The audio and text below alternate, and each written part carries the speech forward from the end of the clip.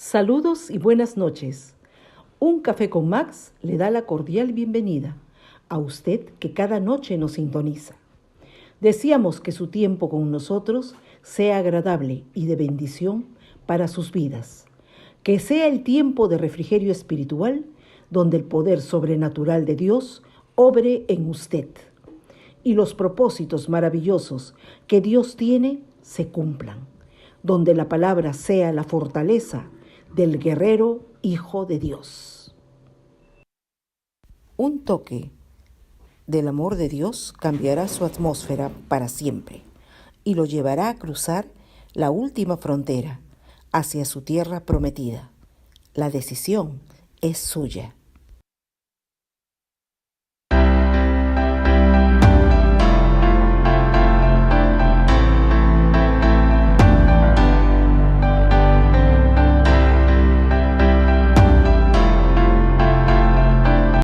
Recording in progress.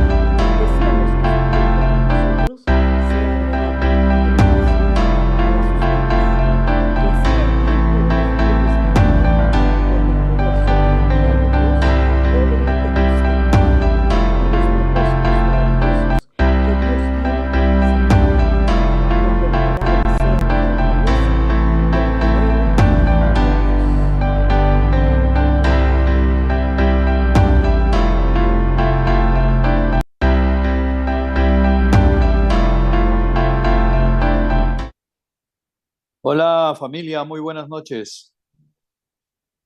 Gloria a Dios, gracias. Le damos gracias a Dios por el privilegio, la bendición de tener un día más de vida en esta tierra, de estar respirando aquí y expectantes de escuchar la voz de Dios. Vamos a orar.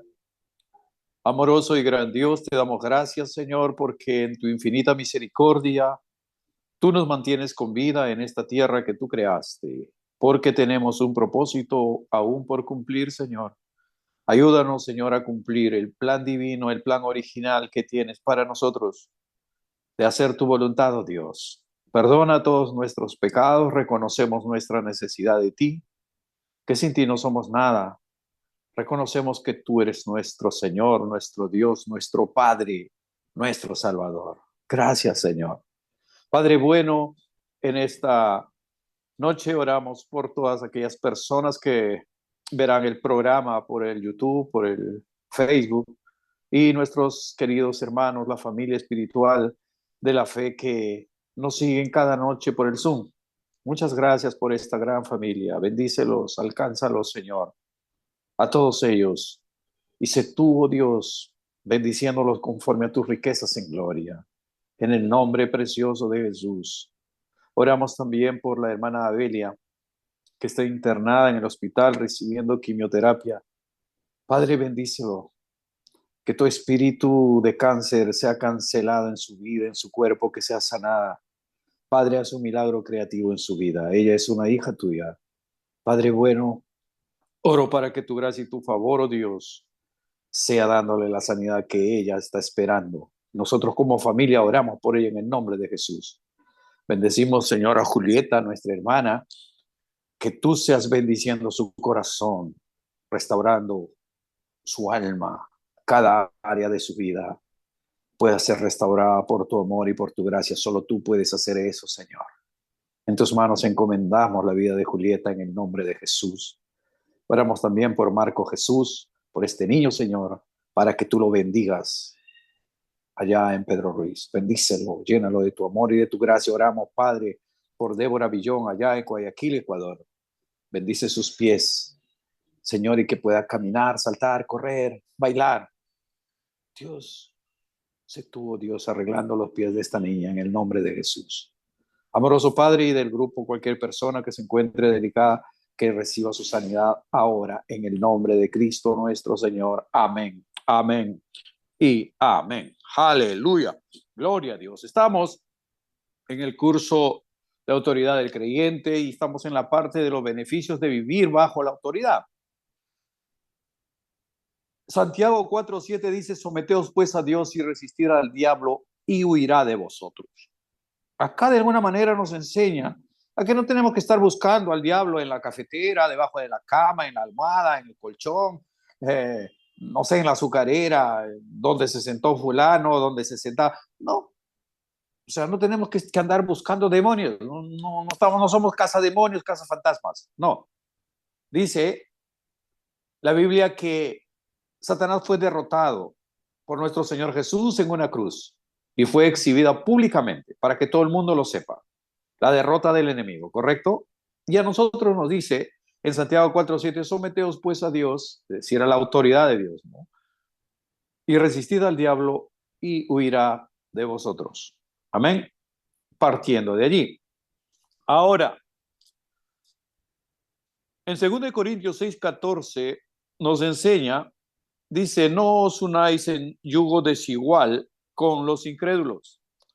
¿Por qué? Porque vamos a entrar a una parte en lo que, para disfrutar de las bendiciones, de los beneficios de vivir bajo autoridad, tenemos que someternos a la autoridad de la policía, del poder judicial, ¿no es cierto? Cuando dentro de la vida civil, dentro del hogar, hay una autoridad descrita, estipulada por Dios. En la iglesia hay una autoridad, es el pastor, son los ancianos de la iglesia, que los miembros de esa iglesia deben sumisión a esos pastores, porque así debe ser, porque hay un orden, una jerarquía establecida por Dios, y cuando nosotros obedecemos, disfrutamos de los beneficios de vivir bajo esa autoridad. Entonces, para entrar en la autoridad directamente del hogar, ¿no? Entonces vamos a primero a ¿qué nos dice la Biblia en 2 Corintios 6:14? Dice así la palabra del Señor: no os unáis en yugo desigual con los incrédulos, porque qué compañerismo tiene la justicia con la injusticia, y qué comunión la luz con las tinieblas, y qué concordia Cristo con Satanás o Belial, ¿no? O qué parte el creyente con el incrédulo. ¿Y qué acuerdo hay entre el templo de Dios y de los ídolos? Hay templos de ídolos, ¿no? Dice: ¿y qué acuerdo hay entre el templo de Dios y los ídolos? Porque vosotros sois el templo del Dios viviente. Como Dios dijo: habitaré y andaré entre ellos y seré su Dios y ellos serán mi pueblo. Acá el apóstol Pablo escribiendo, poniendo las pautas. Cuando dice aquí: no os unáis en yugo desigual con los incrédulos, tenemos que definir dos cosas. Delante de Dios, las personas se dividen en dos categorías esenciales. Aquí quiero que por favor tomen un poquito de atención para que no vayan a decir que se está segmentando, que son racistas, que bueno, que de alguna manera somos excluyentes. No, para nada.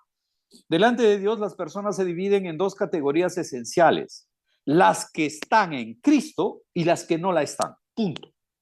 Hay dos factores. Muchas veces cuando a veces converso con alguien o en algunas reuniones, y me ha tocado a veces predicar en sepelios, cuando están enterrando a un familiar, a un qué sé yo.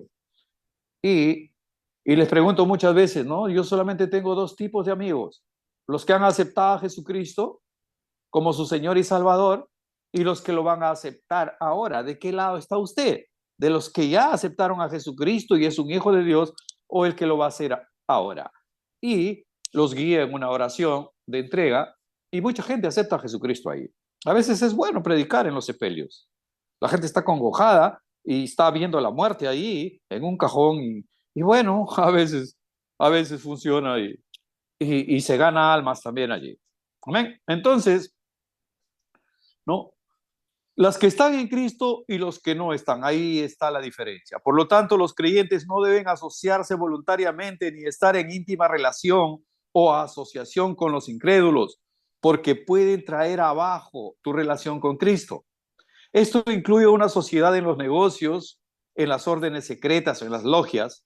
No te puedes unir a esas logias, pues a esas comunidades secretas siendo cristiano. No deberías estar ahí. O citas amorosas, ¿no? Con los incrédulos. O finalmente casarte o enamorarte o estarte de novia o finalmente casarte con alguien que no es creyente. Porque, ¿qué dice acá? Porque ¿qué comunión tiene la luz con las tinieblas? Digamos que una chica cristiana se casa con un incrédulo, ¿no? Mientras que la chica cristiana va a querer estar orando o alabando a Dios o yendo a la iglesia, a su comunidad, el marido va a querer ir a la fiesta, va a querer ir a la peña, va a querer estar yendo a jodas, en borracheras, en lo que siempre ha hecho. Entonces va a haber conflictos. Por eso dice, ¿qué comunión hay la luz con las tinieblas? ¿Qué concordia Cristo con Satanás? ¿O qué parte el creyente con el incrédulo? No hay forma. Por eso dice, no os unáis en yugo desigual con los incrédulos. Pero resulta pues que digamos, hay mucha gente que se casó siendo incrédula, ¿no? Pero luego la luz de Cristo los alcanzó y ya son creyentes, son cristianos. Entonces, como creyentes, evidentemente hay reglas, normas estipuladas por Dios. Y vamos brevemente a Primera de Pedro, Primera de Pedro 3, del 1 y adelante dice, acá está hablando ya a las mujeres casadas en el hogar, ¿correcto? Dice así la palabra del Señor, asimismo vosotras mujeres estad sujetas a vuestros maridos, para que también los que no creen a la palabra sean ganadas sin palabra por la conducta de sus esposas, considerando una conducta casta y respetuosa. El verso 6 dice, como Sara obedecía a Abraham, llamándole mi Señor, de la cual vosotras habéis venido a ser hijas y hacéis el bien sin tener ninguna amenaza. Dice el verso 7, vosotros maridos, igualmente vivid con ellas sabiamente, dando honor a la mujer como a vaso más frágil y como a herederas de la gracia, como a coherederas de la gracia de la vida, para que vuestras oraciones no tengan estorbo. Dice el verso 1, asimismo vosotras mujeres estad sujetas a vuestros maridos. Y voy a saltarme a Efesios. En Efesios tenemos también lo que dice el apóstol Pablo, 6:21, Efesios 5:21, dice, someteos unos a otros en el temor de Dios. Está hablando de una sumisión a una autoridad, a una jerarquía por una cuestión de orden. Las casadas estén sujetas a sus propios maridos, dice el verso 22, como al Señor. Las casadas estén sujetas a sus propios maridos como al Señor, porque el marido es la cabeza de la mujer, así como Cristo es cabeza de la iglesia, la cual es su cuerpo y él es su Salvador. Amén. Así que como iglesia, como la iglesia está sujeta a Cristo, así también las casadas lo estén a sus maridos en todo. Dijimos la semana pasada que teníamos que llegar a este punto, ¿no? Cómo la mujer debe sujeción a su esposo, pero dentro del amor de Dios, dentro de las leyes de Dios.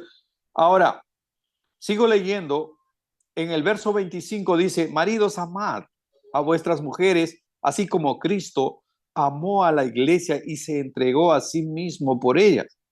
Esto es tremendo, esto es una demanda grande. Dice, maridos, amad. No dice, maridos, entiendan a su esposa. No dice, comprendan a su esposa. No, no dice nada de eso. Dice, maridos, amad a vuestras mujeres, así como Cristo amó a la iglesia y se entregó a sí mismo por ella. O sea, ¿cuál fue la entrega de Jesucristo por su iglesia? Finalmente fue la cruz, la muerte, murió por su iglesia. Del mismo modo, dice, maridos, amar a vuestra mujer, así como Cristo amó a la iglesia. Es decir, tiene que haber un amor al punto de estar dispuestos a morir por tu esposa. Eso es un amor de parte de Dios. Amén. El verso 28 dice, así también los maridos deben amar a sus mujeres como a sus mismos cuerpos. El que ama a su mujer, a sí mismo se ama. El verso 31 dice, por esto dejará el hombre a su padre y a su madre y se unirá a su mujer y los dos serán una sola carne. Grande es este misterio, mas yo digo esto respecto de Cristo y de la iglesia. Por lo demás, cada uno de vosotros ame también a su mujer como a sí mismo y la mujer respete a su marido.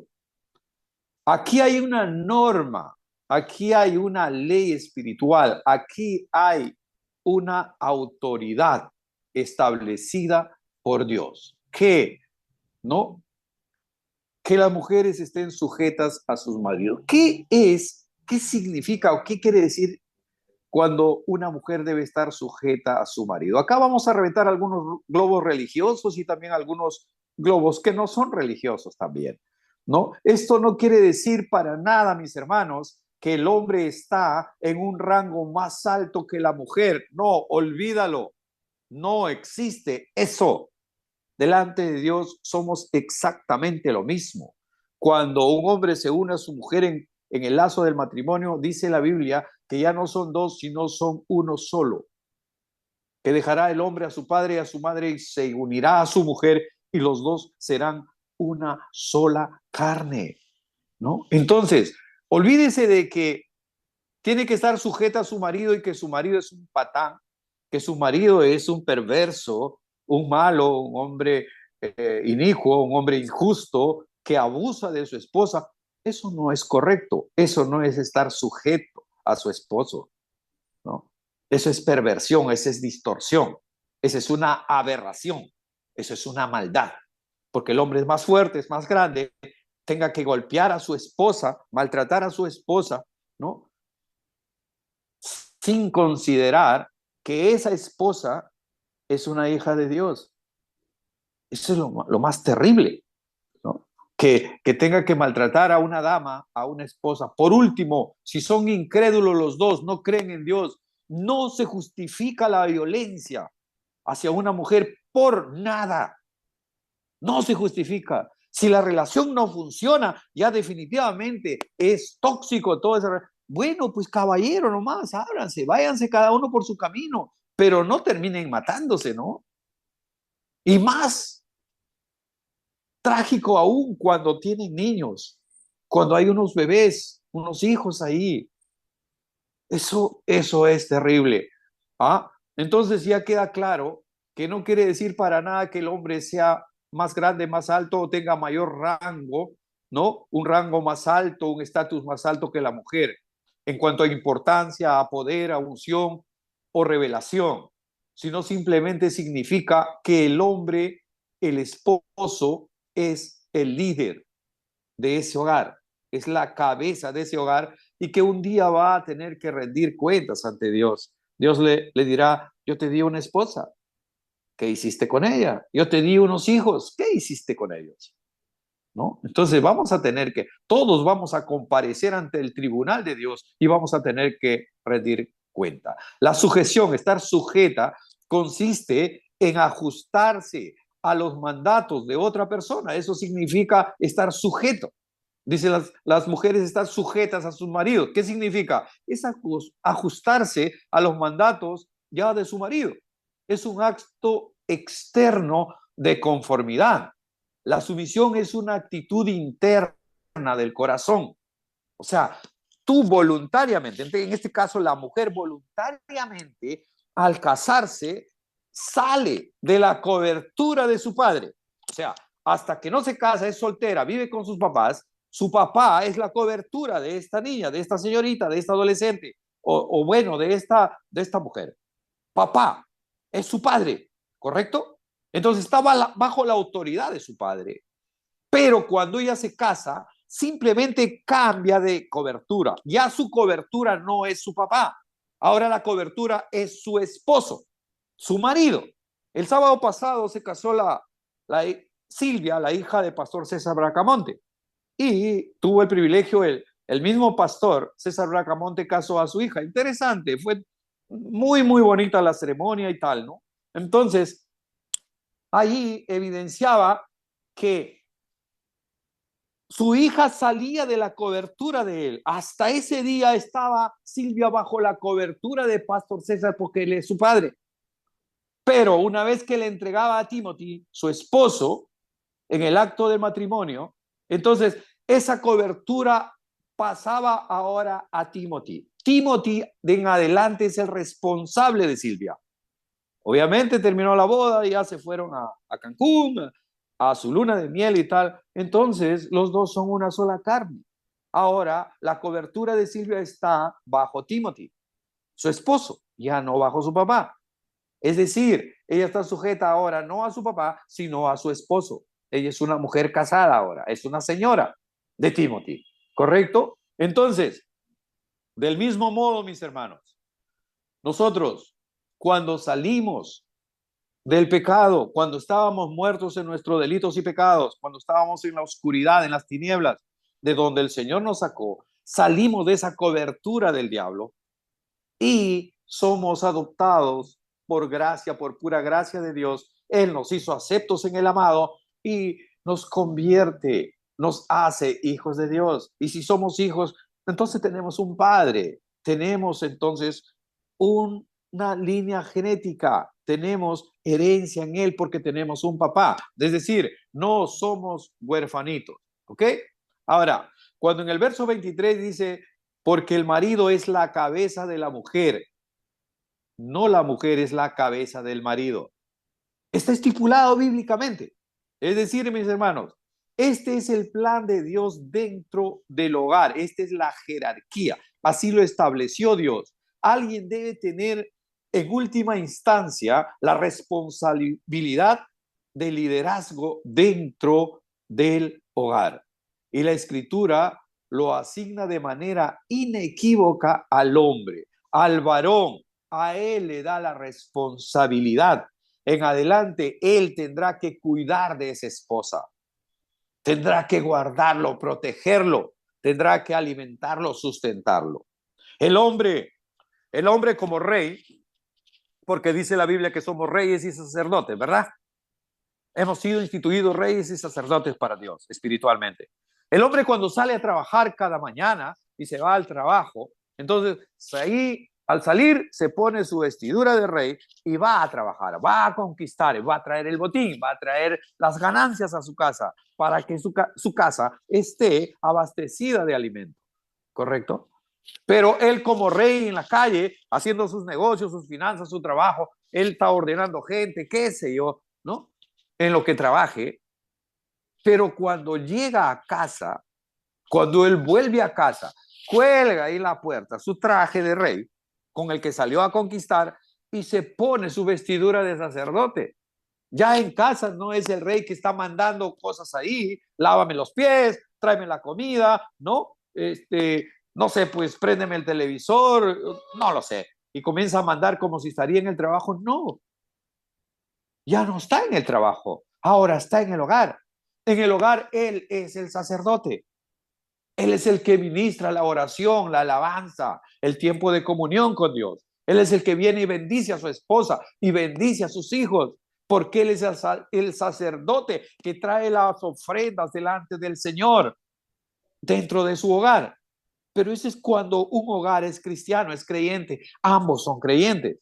Pero cuando se han unido en un yugo desigual con los incrédulos, no va a haber tal relación íntima de amor con Dios, porque uno va a estar tirando para un lado y el otro va a estar tirando para el otro lado. Entonces, por eso es que acá en 2 Corintios, ¿no? 6:14 dice, no os unáis en yugo desigual con los incrédulos. Ya ustedes saben la historia de Sansón. Sansón tenía que unirse con una hebrea, o sea, con una israelita, pero a él le gustaban las filisteas, ¿me entienden? Él estaba atrás de las filisteas, aquí, allá, y finalmente ustedes saben cómo termina él. El rey Salomón, el hombre más sabio de la tierra, ¿por qué finalmente fracasa? Porque él tuvo 1000 mujeres, imagínense, 1000 mujeres. Yo con una andaba volando bajo y este con 1000 no sé cómo la hacía. Imagínense, 1000 mujeres, ¿no? Entre estas 1000 mujeres tenía, ¿no?, hijas de reyes de otros reinos. Entonces estas hijas de otros reyes eran reyes paganos, tenían costumbres paganas. ¿Me entienden? Ahí fue su fracaso, por tener tantas mujeres y por juntarse con mujeres incrédulas. ¿Y qué traían a él? Traían obviamente maldición. Entonces, mis hermanos, hay muchos hombres que han caído por causa de unirse con mujeres malas, perversas. Ahora, sin hablar al contrario, hay muchas mujeres creyentes cristianas que se enamoraron de un joven guapo, puesto, ¿no? O apuesto y bien parecido y tal, pero el tipo no es cristiano, no es creyente. Obviamente sus costumbres, sus inclinaciones, sus apetitos van a estar en el mundo, en las cosas cotidianas, en las cosas, ¿no?, que se hacen afuera, y va a tener problemas. Lo que va a suceder es que a esta hermana que se casó con el incrédulo va a terminar mal, va a terminar yéndose al mundo si no quiere perder a su esposo, ¿no? Ahora, hermanos, cuando tratamos de mantener una convivencia social, económica con el mundo, porque somos creyentes, somos cristianos, que sea lo justo y necesario. No tienes que revolcarte en todas los malos artes económicamente hablando, las coimas, ¿no? Para tratar de conseguir un trabajo, un contrato y tal, porque eso no es agradable delante de Dios, ¿no?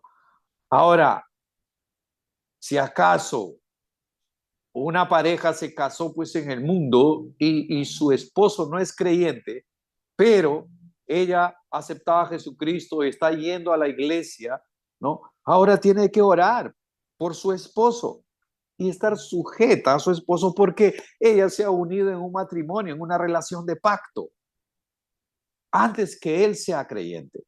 Ahora tiene un desafío por delante de orar, de interceder para que su esposo sea alumbrado por la luz de Cristo también, para que sean una pareja feliz, que obviamente muchos hogares, muchísimas familias han llegado de esa manera a los pies de Cristo. Gloria a Dios por ellos.